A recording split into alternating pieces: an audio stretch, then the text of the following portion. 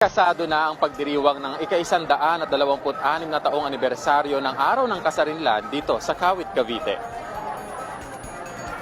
Maaga pa lang, Audrey, ay kasado na ang isasagawang programa rito mismo sa makasaysayang Emilio Aguinaldo Shrine, kasama sa inaasahan ng pagdating dito ni Senator Bong Revilla Jr. bilang panauhing pandangal. Pangungunahan niya ang wreath-laying na susundan ng pagtaas ng bandila ng Pilipinas na simultaneous o sabay-sabay na gagawin sa iba't ibang parte ng bansa. Sa kasusundan ng kanyang mensahe bilang guest of honor. Mahalaga ang dambanang Emilio Aguinaldo sa kasaysayan.